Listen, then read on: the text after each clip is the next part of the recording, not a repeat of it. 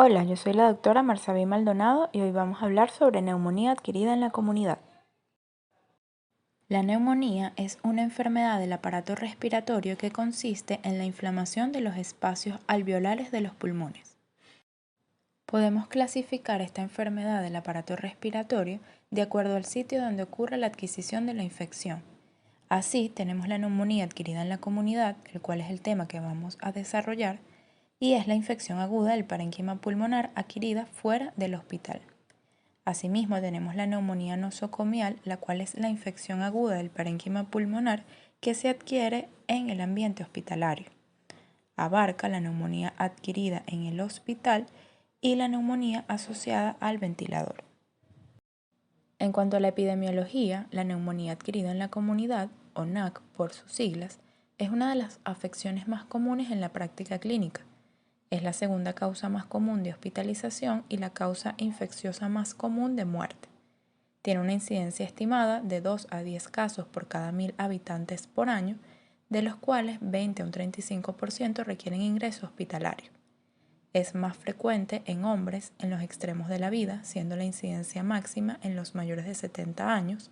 Es frecuente en invierno y en presencia de diversos factores de riesgo, los cuales vamos a mencionar más adelante. El Streptococcus pneumoniae continúa siendo el germen causal más frecuente. En cuanto a la patogénesis o mecanismo por el cual se genera la enfermedad, tenemos la transmisión de patógenos, frecuentemente virus o bacterias de persona a persona por gotitas de flush u otro mecanismo como aspiración desde la orofaringe o por la vía hematógena. Posterior a esto, el patógeno coloniza la nasofaringe y llega a los espacios alveolares mediante microaspiración.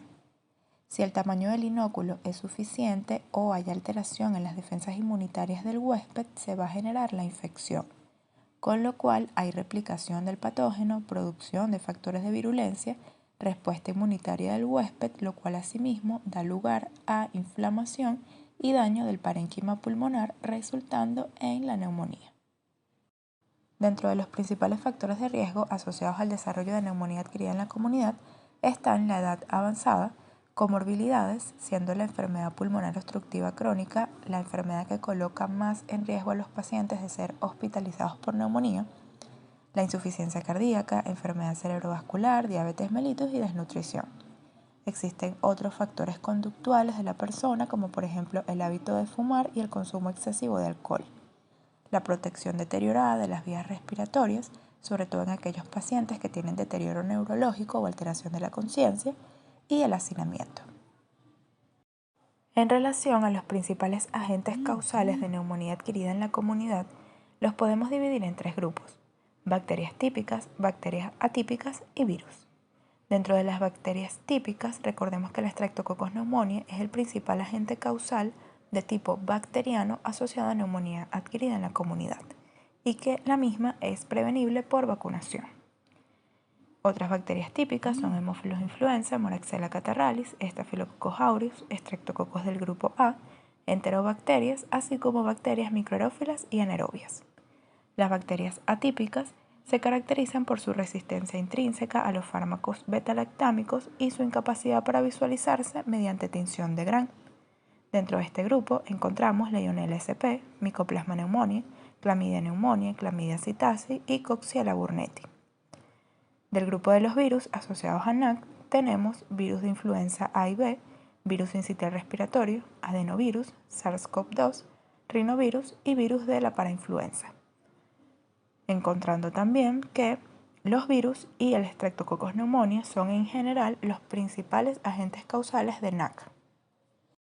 En cuanto a las principales manifestaciones clínicas que podemos encontrar en un paciente con neumonía adquirida en la comunidad, están la fiebre, tos con o sin producción de esputo, disnea y dolor pleurítico. Otras alteraciones que podemos encontrar son la taquipnea, taquicardia, alteración del estado de conciencia, anorexia, náuseas, vómitos o diarrea y saturación de oxígeno menor al 95%. Entendiendo que la gravedad de los síntomas siempre va a estar directamente relacionada con la intensidad de la respuesta inmune local y sistémica de cada paciente. Los hallazgos que podemos encontrar al examen físico respiratorio en un paciente con NAC son: a la inspección, uso de musculatura accesoria, aleteo nasal, tiraje, cianosis, disminución de la expansibilidad torácica y aumento de la frecuencia respiratoria o taquipnea. A la palpación hay un aumento de las vibraciones vocales palpadas. A la percusión hay matidez por mayor condensación pulmonar y a la auscultación podemos evidenciar ciertos signos como por ejemplo el soplo tubárico, que es un soplo intenso, rudo y de tonalidad elevada, que traduce la existencia de un bloque de condensación pulmonar. La broncofonía, este es un signo en la exploración física que consiste en el aumento de la resonancia normal de la voz a la auscultación. La pectoriloquia significa la transmisión clara y distintiva de la voz a través del parénquima pulmonar hasta la pared torácica, donde puede ser auscultada. Los crepitantes, que son un sonido adventicio característico, y en algunos casos podemos auscultar bulosus o roncus. En cuanto al diagnóstico de NAC, nos vamos a basar en las manifestaciones clínicas antes mencionadas y podemos usar algunos exámenes paraclínicos para orientar el diagnóstico. Tenemos dentro de los exámenes de laboratorio la hematología completa, donde frecuentemente vamos a evidenciar leucocitosis con neutrofilia. En algunos casos de neumonía adquirida en la comunidad de tipo bacteriano, podemos evidenciar leucopenia y trombocitopenia, lo cual generalmente connota un mal pronóstico. Dentro de la química sanguínea tenemos que las elevaciones de la creatinina y BUN connotan mal pronóstico y a menudo indican la necesidad de hospitalización. También podemos utilizar reactantes de fase aguda como BCG y PCR, los cuales van a estar elevados en un paciente con NAC. La radiografía de tórax es, junto con las manifestaciones clínicas, los pilares más importantes para el diagnóstico, ya que se considera que la presencia de una opacidad en las radiografías de tórax en un paciente con clínica compatible es el estándar de oro para el diagnóstico. Podemos observar consolidaciones lobares, como en el caso de estas dos imágenes. En la imagen de la izquierda observamos una radioopacidad homogénea que ocupa el tercio inferior del campo pulmonar derecho. Y en la imagen de la derecha visualizamos una radioopacidad que ocupa el tercio inferior del campo pulmonar izquierdo. Otros hallazgos que podemos encontrar en la radiografía de tórax de un paciente con NAC son infiltrados intersticiales bilaterales difusos. Estos comúnmente los encontramos en pacientes con NAC de origen viral o por bacterias atípicas. En este caso, estas imágenes que visualizamos corresponden a un paciente con infección por Mycoplasma pneumoniae. Otras pruebas que se pueden realizar para orientar el diagnóstico son hemocultivos, tinción de Gram y cultivo de esputo, prueba de antígeno urinario para neumococo, pruebas de Legionella SP, sobre todo en pacientes con sistemas inmunitarios comprometidos o exposiciones epidemiológicas a esta bacteria, pruebas de COVID-19, pruebas de virus respiratorios durante temporada de estos virus y PCR nasal rápida o cultivo para Staphylococcus aureus meticilino resistente en pacientes con factores de riesgo para el desarrollo de infección por esta bacteria. Algunos diagnósticos diferenciales que debemos siempre tomar en cuenta ante la sospecha de un paciente con NAC son insuficiencia cardíaca congestiva con edema pulmonar, atelectasia, aspiración o neumonitis química, reacciones a medicamentos, cáncer de pulmón, enfermedades vasculares del colágeno, vasculitis, exacerbación aguda de las bronquiectasias y enfermedades pulmonares intersticiales. Para los pacientes con diagnóstico de NAC, el siguiente paso es definir la gravedad de la enfermedad y determinar el lugar de atención más apropiado. La determinación de la gravedad se basa en el juicio clínico y puede ser complementado con el uso de puntuaciones de gravedad. Las puntuaciones más utilizadas son el índice de gravedad de la neumonía, o PSI por sus siglas en inglés, y el CUR 65, la cual se muestra en pantalla. Generalmente se prefiere la PSI porque es la más precisa y su seguridad y eficacia para orientar la toma de decisiones clínicas se han validado empíricamente. Sin embargo, la puntuación CUR 65 es una alternativa razonable y muchos médicos la prefieren porque es más sencilla de utilizar. La CUR 65 se usa en hospitales para evaluar el riesgo de muerte en un lapso de 30 días en adultos con neumonía. El puntaje se calcula dando un punto por cada uno de los siguientes elementos. Tenemos confusión, urea mayor a 7 milimols sobre litro, frecuencia respiratoria mayor o igual a 30, presión arterial menor o igual a 90-60 y edad mayor a 65. Luego, de acuerdo a lo que nos haya dado esta puntuación, vamos a clasificar al paciente. Para puntuaciones de 0 a 1 punto, se considera que tiene bajo riesgo de mortalidad en los siguientes 30 días y se puede tratar de manera ambulatoria. Para puntuaciones de 2 puntos debemos considerar un ingreso hospitalario versus un manejo cercano del paciente, por ejemplo, a partir de atención médica domiciliaria donde podamos ir observando la evolución del paciente. Para puntuaciones de 3 a 5 se debe admitir al paciente al hospital, a un centro hospitalario, y se debe considerar un manejo en unidad de cuidados intensivos de acuerdo a la gravedad del paciente.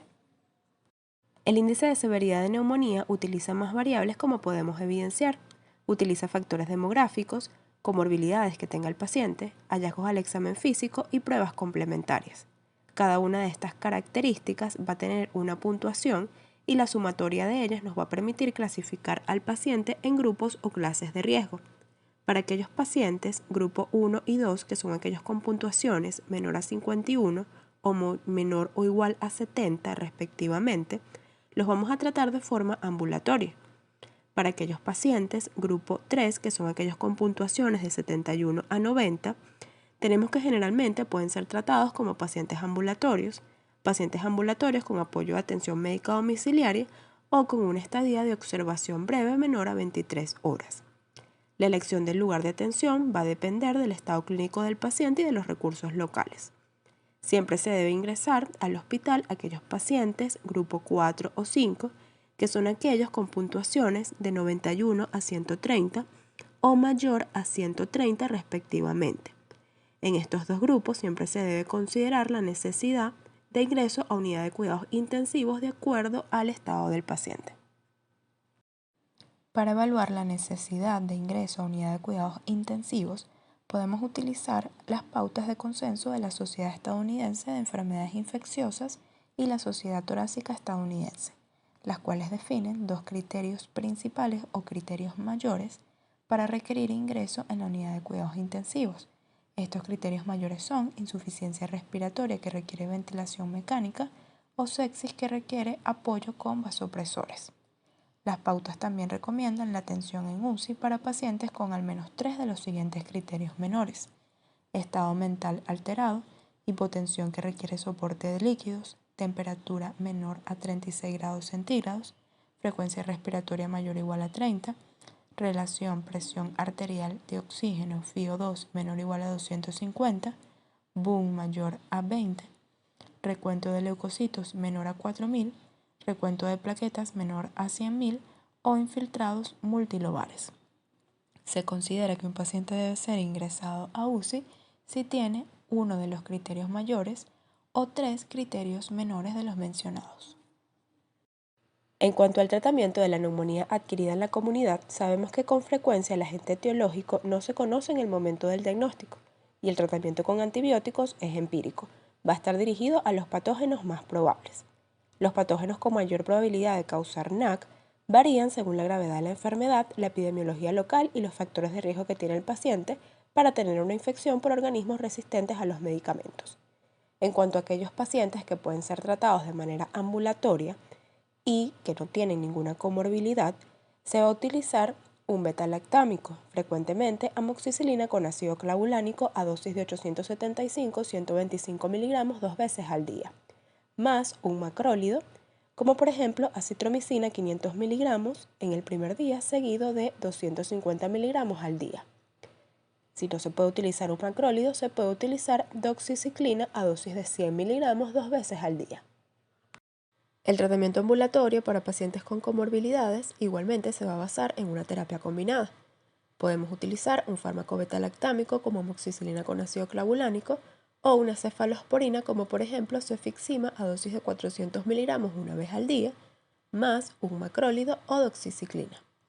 Para aquellos pacientes en los cuales no se puedan utilizar fármacos beta-lactámicos, utilizaremos monoterapia con fluoroquinolona respiratoria, como lo es levofloxacina a dosis de 750 miligramos al día, moxifloxacina a dosis de 400 miligramos al día o gemifloxacina a dosis de 320 miligramos al día. Para aquellos pacientes que deben ser hospitalizados, el tratamiento va a depender de si tienen o no factores de riesgo para el desarrollo de infección por Staphylococcus aureus meticilino resistente y pseudomonas aeruginosa. Para aquellos pacientes que no tienen factores de riesgo para el desarrollo de estos dos microorganismos, vamos a utilizar una terapia combinada con un beta-lactámico, en este caso intravenoso, como lo es ceftriaxone, a dosis de 1 a 2 gramos una vez al día, más el macrólido a las dosis anteriormente mencionadas. Tenemos igualmente la opción de la monoterapia con fluoroquinolona respiratoria en aquellos casos de los pacientes que no puedan utilizar beta-lactámicos. Para aquellos adultos que tienen contraindicaciones para utilizar macrólidos y fluoroquinolonas, podemos utilizar un beta-lactámico más doxiciclina. El tratamiento hospitalario para aquellos pacientes que tienen riesgo de infección por Staphylococcus aureus meticilino resistente o Pseudomonas aeruginosa va a estar dirigido a fármacos que tengan espectro contra estos microorganismos. En el caso de Staphylococcus aureus meticilino resistente, podemos utilizar vancomicina a dosis ponderal de 15 miligramos por kilo del paciente 2 veces al día o linezolid a dosis de 600 miligramos 2 veces al día. Cuando sospechamos de Pseudomonas aeruginosa, se puede utilizar piperacilina tazobactam, cefepima, ceftazidima, astrionan, meropenem o imipenem a las dosis que se muestran en pantalla. En cuanto a la duración del tratamiento, generalmente se determina según la respuesta clínica del paciente. Para todos los pacientes vamos a tratarlos hasta que el mismo haya estado afebril y clínicamente estable durante al menos 48 horas. Y el tratamiento se da durante un mínimo de 5 días. Los pacientes con infección leve generalmente requieren de 5 a 7 días de tratamiento. Aquellos pacientes con infecciones graves o comorbilidades crónicas generalmente van a requerir de 7 a 10 días de tratamiento. Es posible que se necesiten ciclos más prolongados para pacientes inmunocomprometidos, pacientes con infecciones causadas por ciertos patógenos como Pseudomonas aeruginosa o aquellos con complicaciones. Con esto finalizamos este resumen acerca de neumonía adquirida en la comunidad. Espero les sea de utilidad.